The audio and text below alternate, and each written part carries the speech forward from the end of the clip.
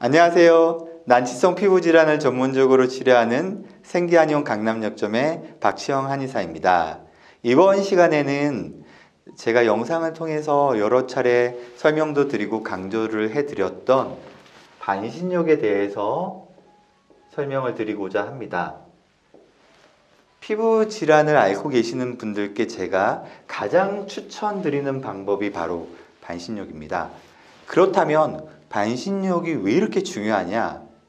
반신욕의 효과는 크게 세 가지 정도로 설명을 드릴 수가 있는데요. 제일 중요한 효과가 첫 번째, 혈액순환입니다. 우리 인체의 피부가 정상적으로 재생되기 위해서는 심장에서부터 말초 모세혈관을 거쳐서 피부 진피층까지 산소와 영양분이 원활하게 공급돼야 됩니다. 이 산소와 영양분이 원활하게 공급되면서 정상적인 피부 세포의 재생이 이루어지는 구조입니다. 우리 몸의 구조 자체가. 심장에서부터 순환을 하기가 가장 먼 조직이 바로 피부라는 조직입니다. 따라서 반신욕을 통해서 이런 우리 인체의 약점을 극복을 할 수가 있게 되는 거죠. 이것이 가장 중요한 첫 번째 그런 반신욕의 효과고요. 두 번째 효과는 독소 배출입니다. 반신욕을 하게 되면 정상적인 피부 생리를 가진 분들은 땀이 배출되게 됩니다. 물론 땀이 줄줄 체질에 따라서 줄줄줄줄 흐르시는 분도 있고요. 잘 느끼지 못하는 그런 약간 줄줄 흐르지는 않고 뽀송뽀송한 정도로 땀이 나는 그런 체질도 분명히 계십니다. 하지만 이 영상을 보시는 아토피나 건선, 습진을 가진 그런 환자분들은 나는 땀이 잘 배출이 안 되는데 이렇게 많이 느끼고 알고 계실 거예요. 맞습니다. 기본적으로 독소 배출이 잘 안 됩니다. 특히 염증이 있는 그런 환부에서는 땀 배출이 잘 이루어지지 않습니다. 땀은 90% 이상이 수분, 물로 되어 있지만 그 나머지 부분에서 인체의 독소와 염증 배출이 이루어지기 때문에 이 반신욕은 독소 배출에 굉장히 도움이 되겠죠. 반신욕의 또 다른 효과는, 세 번째 효과는 피부의 자연 보습 능력을 향상시킵니다. 물을 접촉하게 되죠. 반신욕이라는 게 기본적으로 물을 받아서 하는 그런 이제 반신욕을 설명드리고 있는데요. 물을 접촉하게 되면 피부에서는 피부 수화 현상이 생깁니다. 촉촉해지는 거죠. 피부가 스킨 하이드레이션 현상이 생기는데요. 이러한 피부 수화를 통해서 피부 자체의 자연 보습 능력이 좋아지게 됩니다.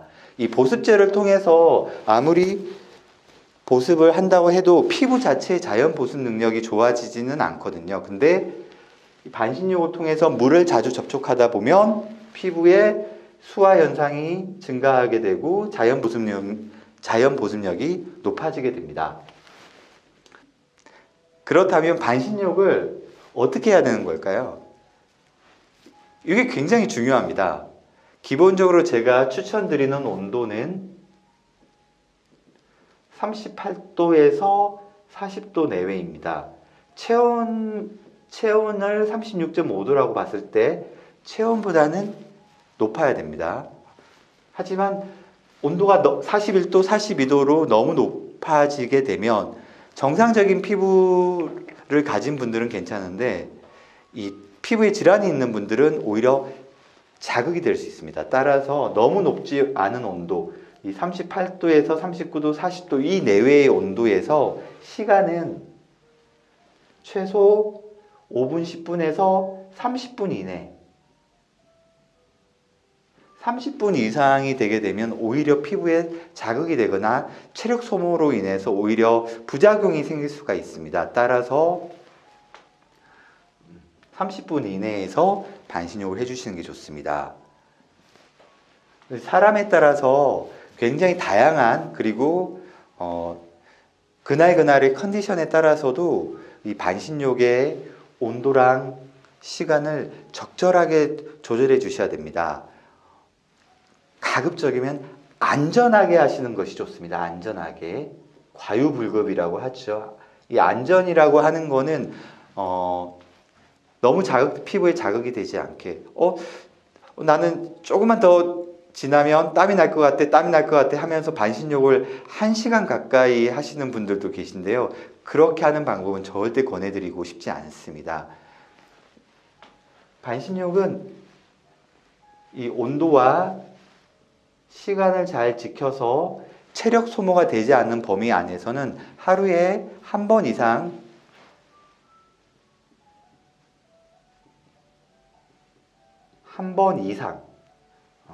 체력적인 부담이 크지 않으신 분들은 하루에 2번, 3번 이렇게 반복하실 수도 있겠습니다. 제가 심한 아토피 환자분 중에서는 하루 6번까지 반신욕을 하시는 환자분도 진료했던 그런 경험이 있습니다. 물론 본인의 체력적인 그런 사항을 잘 고려하셔서 절대 무리하지 않고 안전하게 하시는 것이 중요하고요. 이렇게 좋은 반신욕, 피부에 도움이 되는 반신욕을 절대 해서는 안 되는 그런 경우가 있습니다. 절대 해서는 안 되는 그런 반신욕을 절대 해서는 안 되는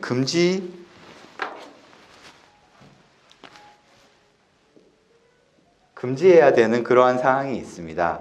이 사항은 첫 번째, 피부에 진물 반응이 심해질 때, 피부 수화라는 그런 효과가 오히려 진물 반응을 심하게 할 수도 있기 때문에 가급적이면 진물이 나는 상황에서는 반신욕을 중지하시는 것이 안전합니다. 그리고 두 번째로 피부에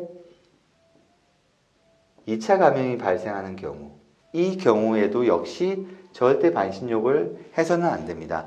피부의 진물 반응이 멈추고 2차 감염이 사라진 이후에 반신욕을 하셔야 됩니다.